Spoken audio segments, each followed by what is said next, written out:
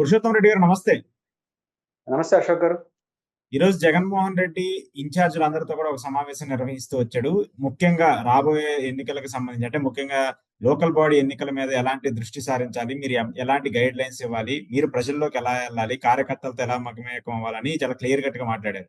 So ఆయన చాలా clear గా, చాలా లాజికల్ గా ఎమ్మెల్యేలు కావచ్చు, ఎమ్మెల్యే ఇన్ఛార్జీలు కావచ్చు, లేదంటే ప్రజలు కావచ్చు, వైసీపీకి అనుసంధానం ఎలా చేయలేదనే దాని మీద జగన్మోహన్ రెడ్డి చాలా సుదీర్ఘంగా మాట్లాడుతూ వచ్చారు. సో ఏంటి జగన్మోహన్ రెడ్డి ఇంత పెద్ద ఎత్తున లోకల్ బాడీ ఎన్నికల మీద ఫోకస్ పెట్టడానికి కారణం ఏంటి? అశోక్ గారు, బేసిక్ గా 24 ఎన్నికల్లో భారీ ఓటమి తర్వాత వస్తున్నటువంటి ఒక సార్వజనీనమైనటువంటి ఆ ఎలక్షన్స్ ఇవి. అంటే దాదాపు రాష్ట్రంలో అందరూ ఓట్లేస్తారు. అంటే మున్సిపల్ అండ్ కార్పొరేషన్స్ అనేది అర్బన్ కావచ్చు, రేపు జెడ్పీటీసీ ఎంపీటీసీలు కూడా జరుగుతాయి కదా. మొత్తం స్థానిక ఎన్నికలు జరిగిపోతే మొత్తం రాష్ట్ర ప్రజలందరూ ఎమ్మెల్యే ఎలక్షన్కి ఎట్లా ఓటేస్తారు అట్లా దీనికి కూడా వేస్తారు, అంతమంది పార్టిసిపేట్ చేస్తారు.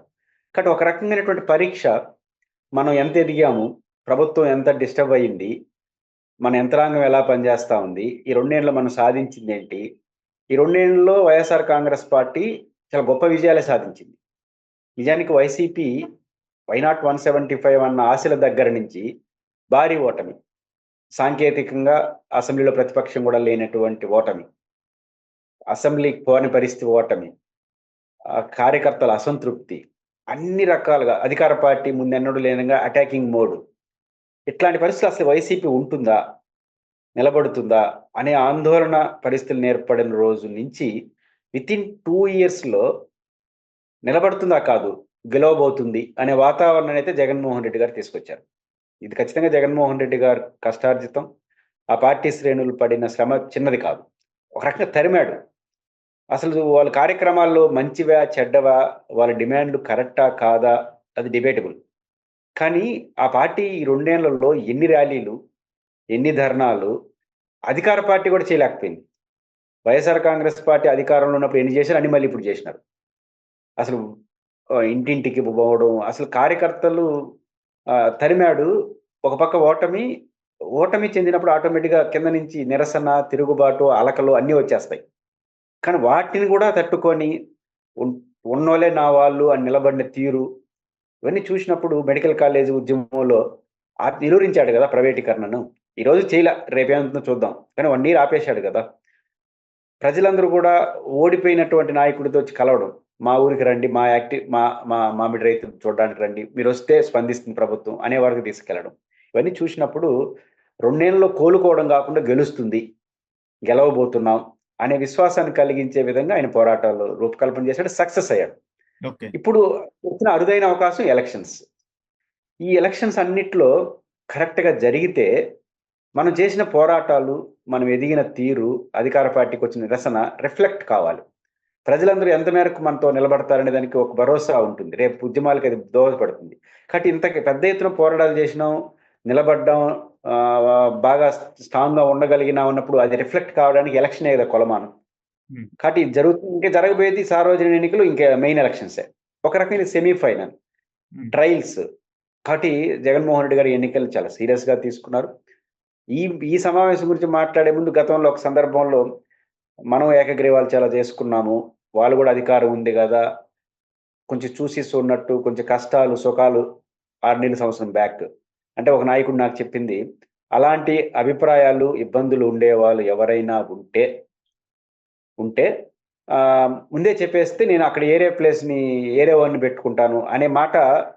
అది హెచ్చరిక, వాళ్ళకి అనునయింప ఏమన్నా కావచ్చు, అది జగన్ మాత్రమే చేయగలడు. అట్లాంటి ఆలోచనతో పార్టీని నడుపుతున్నాడు. ఆ సాహసమే ఆయన్ని ఈరోజు నిలబెట్టేదానికి దారి. అది ఈరోజు చేసిన ప్రతి మాట వెనకాల అది దాగి ఉన్నట్టు అనిపిస్తుంది నాకు. ఓకే. బట్ మీరు అన్నట్టు జగన్మోహన్ రెడ్డి చాలా క్లారిటీగా ఉన్నాడు. గతంలో సర్వేలని, స్ట్రాటజిస్టుల్ని, వీళ్ళని ఇక్కడ తీసుకొచ్చుకొని వాళ్ళు ఏ రిపోర్ట్ ఇస్తే దానికి అనుగుణంగా వెళ్ళినటువంటి YCP party for the first time Jaganmohan Reddy old ఐడియాలజీనైనా, లేదంటే అతని ఓన్ ఐడియాలజీకి సంబంధించిన అంశాలను కూడా ఇంప్లిమెంట్ చేస్తున్నట్టు కనిపిస్తుంది. మీరు ఇందాక అన్నట్టు ఇష్టం వస్తే, మీకు ఒకవేళ నచ్చకపోతే వెళ్ళిపోండి, నేను కొత్త వ్యక్తిని పెట్టుకుంటాను.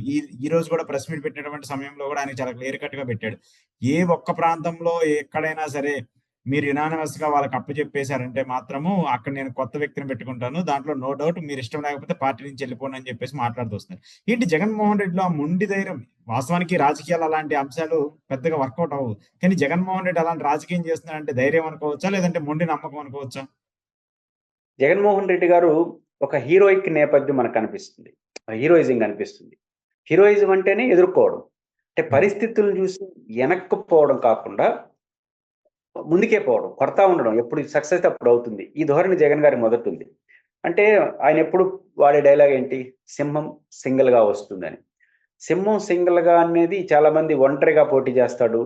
ఒక్కడే పోటీ చేస్తాడు వరకే అర్థం తీసుకోకూడదు. హ్మ్. ఒక సామెత ఉంది. సింహం ఎండి గడ్డి మేస్తుందా అని. సింహం అవును. వేటాడి తినడం దానికున్న అలవాటు జంతువుల్ని. వయసు దాటిపోయిన తర్వాత ఒక ఎండు స్థాయికొచ్చినప్పుడు ఏటాడలేదు. అంత శక్తి ఉండదు. అప్పుడు ఆకలికి ఏం చేయాలి? కనపడిన ఎండుగడ్డి తినాలి. అది తిందంట. తినకుండా ఏటాడడానికి ట్రై చేయడం, కుదరకపోతే చనిపోవడానికి ట్రై చేస్తుందంట. అంటే దాని ఆత్మాభిమానం, అహం అంటామా పేర్లేదైనా పెట్టండి. అంటే అట్లా బతకాలి అనేది సింహం యొక్క నేచర్ రారాజుగా. జగన్మోహన్ రెడ్డి గారు ఆ స్వభావం అంటే కొడతా ఉండడం. ఎప్పుడు సక్సెస్ అయితే అప్పుడు అవుదాం. నెక్స్ట్ ఎన్నికల ఆపై టార్గెట్ 29 టార్గెట్ 32 19 ఉండదాయనకి. కొడతా ఉండడం, మనంగా గెలవాలి. ఈ నేపథ్యం జగన్ గారికి బాగా ఉంది. అహంతో బతికే వ్యక్తి. ఆత్మవిశ్వాసం ఉన్న వ్యక్తి. కాబట్టి ఈ తత్వం జగన్మోహన్ రెడ్డి గారిని హీరోని చేసింది. రాజశేఖర రెడ్డి గారికి అభిమానులుండారు. చంద్రబాబు గారికి అభిమానులుండారు. పవన్ కళ్యాణ్ అందరికి అభిమానులుండారు. ఒక నాన్ సినిమా హీరో కాని వ్యక్తి ఇంత క్రేజ్ ఎందుకు తెచ్చుకున్నాడు అంటే జనంలో అంటే ఇట్లాంటి మొండి ధైర్యమే. కాబట్టి అదే ఆయన బలం. కొంతమంది దృష్టిలో అది బలహీనత కావచ్చు. ఆ బలాన్ని ఆయన వదులుకోడు ఫస్ట్ పాయింట్. రెండో పాయింట్ ఈరోజు ఆయన గట్టిగా చెప్పడానికి ఏంటంటే అశోక్ గారు బహుముఖ వ్యూహం ఈరోజు కనపడింది. ఒకటి ఇంతకుముందు నేను ప్రస్తావించినట్టు మనం చేసిన పోరాటాలు ఏ మేరకు ప్రజలు ప్రభావితం చేసాయో తెలుసుకోవడం ఒక అంశం అయితే, 2 అంశాలు ఆయన కదిలిస్తున్నాయి. ఒకటేంటంటే ఎన్నికల్లో ఏకగ్రీవాల గురించి పట్టుదలతో ఉన్నాడు. ఏకగ్రీవాలు జరగకూడదని మామూలుగా ఏం చేయాలి? కనీసం మనం గౌరవప్రదమైన గెలుపుండాలి. మెజారిటీ సీట్లు గెలుచుకోవాలి. గౌరవప్రదమైన సీట్లు గెలుచుకోవాలి అనే మాట ఎవరైనా అంటారు. ఈయన ఇంత గెలుచుకొని రండి, అన్నీ గెలవండి అని ఒక్క మాట అనట్లేదు. ఒక్క ఏకగ్రీవం కూడా జరగకూడదు. అన్ని చోట్ల ఎలక్షన్ జరగాలి. ఇది ఆయన స్ట్రాటజీ. రీజన్ ఏంటంటే ఎలక్షన్ అన్ని చోట్ల జరిగితే ప్రజలందరూ తమ మనోగతాన్ని చెప్తారు. అది చాలా ఉపయోగం రాజకీయాల్లో. రెండోది కూటమిలో లోకలోకలు ప్రారంభమైనాయి. ఖచ్చితంగా ఎలక్షన్ జరిగితే ఈళ్ళు కొట్లాటలన్నీ బయటకొస్తాయి. ఇది పొలిటికల్ వ్యూహం ఇంటర్నల్‌గా. మూడోది అసలు సిసలు ఏంటంటే గతంలో వైఎస్ఆర్ కాంగ్రెస్ పార్టీ నాయకులు బహిరంగ ఒప్పుకున్నా, ఒప్పుకోకపోయినా కేడర్‌ని ఎమ్మెల్యేలు నిర్లక్ష్యం చేశారు. అప్పుడు ఎమ్మెల్యేలు, ఇప్పుడు ఇన్‌చార్జ్ అనుకోవచ్చు. అవును. నిర్లక్ష్యం చేసినారు. అధికారం చేతిలో ఉంది కాబట్టి ఎవరిని పడితే వాళ్ళు పెట్టేసినారు. జెడ్పీటీసీలుగా, ఎంపీటీసీలుగా, వార్డు కార్పొరేటర్లుగా, అందులో మేయర్లుగా, చైర్మన్‌లుగా పెట్టేశారు తమ బుద్ధి పుట్టినోళ్ళని. కొన్ని సందర్భాల్లో సిసలైన క్యాడర్‌ని ఎక్కడ ఎదుగుతాడో అని డ్యామేజ్ చేయడం కోసం ఎవరినంటే వాళ్ళని విడేసినారని ఒక విమర్శ కూడా ఉంది వైసీపీలో. ఇప్పుడు అప్పుడు ఆ రకంగా వాళ్ళు ఎవరినంటే వాళ్ళు పెట్టారు. ఇప్పుడు ఎవడంటే వాడు నిలబడడు. ఎందుకంటే ప్రతిపక్షంలో ఉన్నాడు కదా! ధైర్యం చేయడు. ఇప్పుడు సిసలైన హీరో వస్తాడు బయటికి వార్డులో. వాడు మాత్రమే నిలబడగలడు కొట్లాడి. వాడి దగ్గరికి అనివార్యంగా ఇప్పుడు ఎమ్మెల్యే పోవాలి. ఎమ్మెల్యే అభ్యర్థి పోవాలి. లేదా ఎమ్మెల్యే నియోజకవర్గ ఇన్ఛార్జ్ పోవాలి. పోతే వాడు 5 ఏళ్ల చరిత్ర అంతా చదువుతాడు. 5 ఏళ్ళు నువ్వు భలే చేసినావు నాకు అని. పోండి అని చెప్తున్నాడు. డైరెక్ట్‌గా పోతే పోరు కదా! యునానిమస్ అయితే ఒప్పుకోనండి అంటే ఎవడు మొండిగా ఉండేవాడు నిలబడతాడు. సిసలైన కార్యకర్త నిలబడతాడు. అప్పుడు అవును. అనివార్యంగా వాడి దగ్గరకు పోవాలి. ఇతనన్నా మారాలి. లేకపోతే ఈ ఎమ్మెల్యే సీటును వదులుకోవాలి. ఇట్లాంటి ఒక స్ట్రాటజీ కూడా జగన్ గారు క్యాడర్‌కి అనుసంధానం చేయడం, క్యాడర్‌ని ఇంతవరకు నిర్లక్ష్యం చేసిన ప్రతి ఇంటికి తరవడం. ఇది క్యాడర్ ఎలక్షన్ ఒక రకంగా ఎంపీటీసీ, జెడ్పీటీసీ ఎందుకంటే క్యాడర్ ఎలక్షన్స్.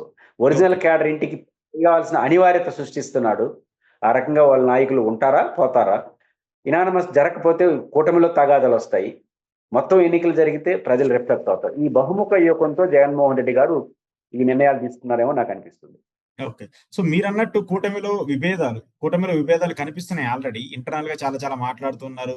అంటే అది బయటికి రావచ్చు గానీ లోపల లోపల కనిపిస్తున్నాయి. ఇటీవల పవన్ కళ్యాణ్ కూడా అసెంబ్లీకి సంబంధించినటువంటి ఆ పర్సెంటేజ్ ఇక్కడ లోకల్ బాడీ ఎన్నికలకి వర్కౌట్ అవ్వదు. అక్కడ వేరు, ఇక్కడ వేరు, ఈ పరిస్థితులు వేరంటూ కూడా మాట్లాడుతూ వస్తున్నాడు. సో అల్టిమేట్‌గా జగన్మోహన్ రెడ్డికి అంటూ కూడా ఒక ప్రత్యేక బలం ఉంది. 40% కన్సిస్టెంట్ ఓట్ బ్యాంక్‌ని ఆయన ఎప్పుడూ కూడా చేతిలో పెట్టుకొని రాజకీయం చేస్తూ ఉంటాడు.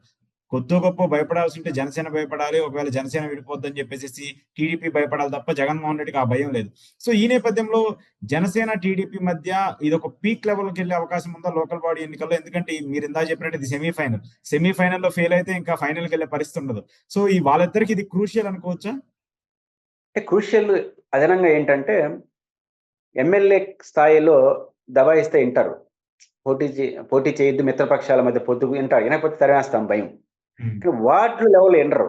మన దరివేదిలో చేసేది ఏమి లే. వస్తే వార్డు కార్పొరేటర్ లేకపోతే ఇంట్లో కూర్చుంటాడు. నువ్వు సస్పెండ్ చేసి నీదే నాదేం పోయింది అంటాడు.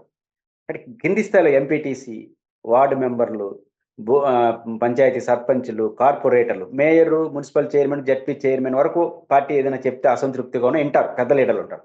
ఈ కింద వాళ్ళు వినరు. పొత్తు కుదిరిందా మర్యాదగా ఉంటారు. లేకపోతే ఒంటరిగా పోటీ చేస్తారు, లేదా పక్క పార్టీకి సపోర్ట్ చేసేస్తారు. అందుకే జగన్ గారు అన్నింటిలో అన్నింటిలో ఏకగ్రీవాలు కాకుండా చూసుకోమని చెప్పింది. కాబట్టి ఇవన్నీ ఖచ్చితంగా వస్తాయి. జనసేన మధ్య అవుతాయి. అందుకే పవన్ కళ్యాణ్ గారు చెప్పినట్టు ఎమ్మెల్యే క్యాండిడేట్ అంటారు, జడ్పీ చైర్మన్ క్యాండిడేట్ అంటారు, కానీ వార్డు మెంబర్లు అంటారు. గౌరవప్రదమైన పొత్తుంటే చూస్తారు, లేకపోతే నీ పని నువ్వు చూసుకో అంటారు. అది పవన్ కళ్యాణ్ గారి మీద ఒత్తిడి వస్తుంది. ఎందుకంటే మిగతా ఇప్పుడు నేను ఒత్తిడి ఇప్పుడు ఎందుకు గురవుతున్నాడు అంటే వాళ్ళు సాటిస్ఫై చేయాలి. చేయకపోతే నీ ఆధార్ నేను చూసుకుంటాను అంటాడు. పార్టీ అస్తిత్వం దెబ్బతింటుంది. అందువల్ల ఖచ్చితంగా కూటమికి ఇది అగ్ని పరీక్ష. ఆ అగ్ని పరీక్ష బయటికి రావాలంటే ఏం చేయాలి? ఎలక్షన్ జరగాలి. ఏకగ్రీవాలు అయిపోయినాయి అనుకో, మరి ఇంట్లో కూర్చొని నేర్చుకుంటారు వీళ్ళు. కూటమిలో గొడవలు ఉన్నా ఏం చేయలేడు కదా. ఎలక్షన్ ఉంటే వాడు ప్రతాపం చూపిస్తాడు. ఒక అసంతృప్తి వాడు ఇప్పుడు జనసేన సీట్ వస్తుంది, తెలుగుదేశం కోపం వస్తుంది. వాడు ఎక్కడ చూపించాలి? ఏకగ్రీవం అయితే ఇంట్లో కూర్చొని నేర్చుకోవాలి. ఏకగ్రీవం కాకపోతే మూసుకొని ఎలక్షన్లో పోటీ చేస్తాడు, లేకపోతే ప్రత్యర్థికి సహాయం చేస్తాడు. ఇవన్నీ ఇంత బయటకు రావాలంటే కాబట్టి ఇవి ఖచ్చితంగా రిఫ్లెక్ట్ అవుతాయి. కూటమి యొక్క అతలాకుతలమైన పరిస్థితులు వస్తాయి. ఓకే, సరే కంక్లూడ్ చేస్తే ఒక పాయింట్ చివరిగా, నిన్న విజయసాయి రెడ్డి గారు రాజకీయాన్ని పార్టీ పెడతానని చెప్పిన తర్వాత కొన్ని కీలకంగా కొన్ని ప్రెస్ మీట్లు పెట్టి కామెంట్ చేస్తున్నారు. సో నిన్న కూడా ఆంధ్రప్రదేశ్ రాష్ట్రంలో మత మార్పులకు సంబంధించి, సనాతన ధర్మానికి సంబంధించి చాలా తీవ్ర స్థాయిలో ఆయన విమర్శలు చేస్తూ వచ్చాడు. ఇటు జగన్మోహన్ రెడ్డిని కూడా టార్గెట్ చేస్తూ గతంలో మత మార్పుల గురించి కూడా ఆయన మెన్షన్ చేస్తూ వచ్చాడు. ఏంటి విజయసాయి రెడ్డి గారి స్టాండ్? ఏదన్నా బీజేపీ అనుకూలంగా ఉందా, లేదంటే సనాతన ధర్మ సృష్టికర్త అనేటువంటి ఒక క్యాడర్ని ఆయన తీసుకోవాలని అనుకుంటున్నాడా? అంటే మీ ఇంటర్వ్యూలో అనుకుంటాను ఆయన పార్టీ వదిలి వెళ్తూ నేను వ్యవసాయం చేసుకుంటాను అని చెప్పినప్పుడు మీ ఇంటర్వ్యూలో చెప్పాను. ఆయన రాజకీయ వ్యవసాయం చేస్తాడు తప్ప మామూలు వ్యవసాయం చేయడు. ఎందుకంటే దీనికి అలవాటు పడి స్థాయికి వచ్చేసిన వ్యక్తి ఏడు గమ్మునుంటాడు. నెంబర్ 2, విజయసాయి రెడ్డి గారి వ్యాఖ్యల్లో అర్థం పర్థం లేదు. ఒక వ్యాఖ్య మాత్రం మత మార్పుని జగన్ ప్రోత్సహించడం. మరి అప్పుడు ఏం చేస్తున్నాం మనం? అధికారంలో ఉన్నప్పుడు మనం అక్కడే ఉన్నాం కదా. నెంబర్ 2 లెవెల్ ఉన్నారు. పోనీ అప్పుడేమన్నా ఇప్పుడన్నా చెప్పొచ్చు, 5 ఏళ్ళు నేను చాలాసార్లు చెప్పి చూశాను జగన్ గారికి, ఆయన వినలేదు, ఇది తప్పు అని చెప్పి అనేమన్నా ఆపదమన్నా చెప్పొచ్చుగా. కాబట్టి అప్పుడు గమ్మునుండి ఇప్పుడు మాట్లాడుతున్నట్టు అర్థం ఏమన్నా ఉందా? 2, ఒకటి అశోక్ గారు, హిందూ మతం ఈ దేశంలో 70-80% ఓట్లు ఉన్నటువంటి మతం. ఏ జ్ఞానం ఉన్న రాజకీయ నాయకుడైనా మంచోడు అని నేను మాట్లాడను. జ్ఞానం ఉన్న రాజకీయ నాయకుడు హిందూ మత మార్పు ప్రోత్సహిస్తాడా? ఆ పార్టీ మనుగడ సాధ్యం అవుతుందా? మెజారిటీ మతాన్ని ఆగ్రహానికి గురి చేస్తారా? లాజిక్. ఇది నెంబర్ 1. పర్సనల్గా జగన్మోహన్ రెడ్డి గారు, వారి కుటుంబం, అప్పుడు రాజశేఖర రెడ్డి గారు కానీ, రాజశేఖర రెడ్డి గారు ముఖ్యమంత్రి ఉన్నప్పుడు ఆయన TTD board member Vijayasai Reddy గారు. పర్టికులర్గా వచ్చినప్పుడు జగన్ గారు చాలా స్పష్టంగా నిజాయితీ చెప్పాడు. నేను 4 గోళ్ల మధ్య బైబిల్ చదువుకోవచ్చు, కానీ పబ్లిక్గా ప్రతి మతాన్ని నేను గౌరవిస్తాను అని చెప్పాడు. నిజం కూడా అది.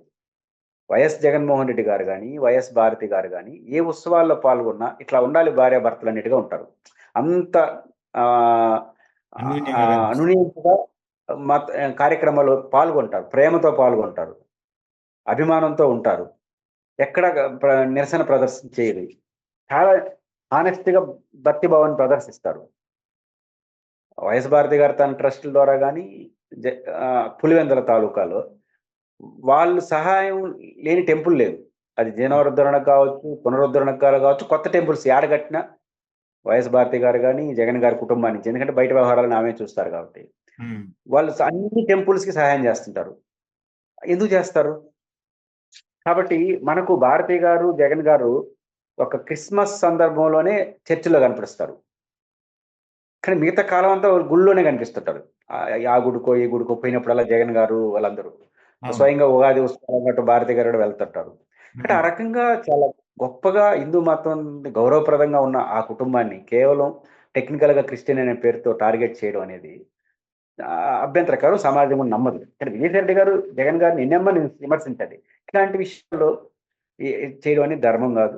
ఎందుకంటే 2, ఒకటి సున్నితమైన విషయాలని తీసుకొచ్చి ఈదులో పెట్టడం, 2 జగన్ గారు కానీ వారి కుటుంబ సభ్యులు కానీ అలాంటి వాళ్ళు కాదని అనేక సార్లు రుజువు అయినాయి. మళ్ళీ ఎన్నిసార్లు రుజువు చేసుకోవాలి? అవసరం కూడా వాళ్ళకి లేదు, ప్రజలు నమ్ముతారు. That is different issue. అంత ఆయన ఏదైతే మనస్ఫూర్తిగా చెప్పాడో, నేను 4 గోడల మధ్య బైబిల్ చదువుకున్నా, ప్రపంచం ముందు అన్ని దేవాలయాల్ని నేను గౌరవిస్తాను, ఓకే. ఎంత గౌరవిస్తాడో ఆచరణలో చూపించాడు. అంటే అంత పాజిటివ్‌గా ఉన్న వ్యక్తి, మతం పట్ల ఉన్న వ్యక్తి పట్ల ఇట్లాంటి వ్యాఖ్యలు చేయడం ద్వారా రాజకీయంగా ఏం ఆశిస్తున్నారో తెలీదు గానీ, అంత మంచిది కాదు. సమాజానికి కూడా మంచిది కాదు. వాడు కూడా జగన్ గారిని మిగతా విషయాలు పరిపాలన ఇప్పుడు ఉదాహరణకు అసమర్థపు అధికార పక్షం, అసమర్థపు ప్రతిపక్షం అన్నాడు. అవును. మనకు అభ్యంతరం. జగన్ గారు సమాధానం చెప్పుకుంటాడు. ఆ పార్టీ చెప్పుకుంటుంది. ఇట్లాంటి విమర్శలు చేయండి, వాళ్ళు సమాధానం చెప్తారు. డిబేటబుల్ ఉంటుంది. కానీ ఇట్లాంటి సున్నిత విషయాలు, లేని విషయాలను కల్పనతో చేస్తే అదంత మంచిది కాదు. వారు కూడా సీనియర్ పొలిటీషియన్‌గా ఉన్నారు కాబట్టి వారు కూడా పునరాలోచించాలి. మిగతా అన్నీ చేయండి. బట్ ఇట్లాంటి సున్నితమైన విషయాలు, భావోద్వేగన అంశాల్ని రాజకీయాల్లోకి చొచ్చించడం అనేది ఎవరికీ అంత మంచిది కాదు. దీనివల్ల ఆంధ్రప్రదేశ్‌లో పెద్ద ప్రయోజనాలు ఉంటాయని నేనైతే అనుకోను.